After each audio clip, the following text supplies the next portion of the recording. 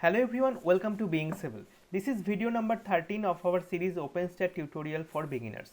In this video, we will learn how to get the list of beam numbers that is connected to a specific node. For example, this is node number 46.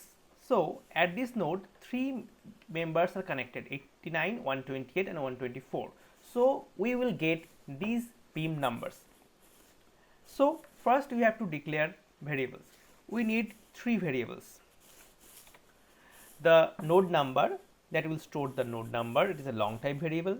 The number of beams, that is in this case the number of beams is 3 that is connected to this node. So it will store the number of beams that is connected to that node, and number 3 is the beam list array, long type array, it will store the beam numbers. First you have to get the number of beams that is connected to that node. So the OpenSTAAD function to get this is dot geometry dot get number of beams connected at node, and you have to pass the node number. So when you get the number of beams, then you have to redimension your beam list array. Simply write down this. Now you have to get the beam list beams.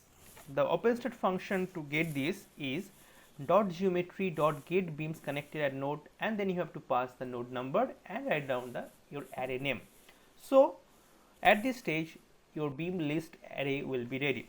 Now let's pass some value to our node number variable. Let's pass 46 this node. So let's run this code step by step.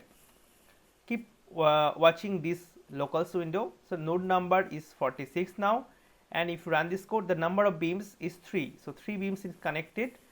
The beam list array is redimensioned. It has 3 members, 0, 1 and 2. Now just run this line.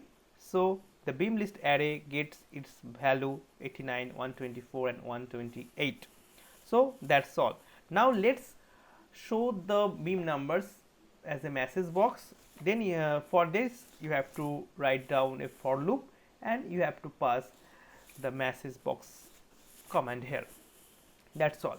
Let's run the code. So 89, 124 and 128. So you are done.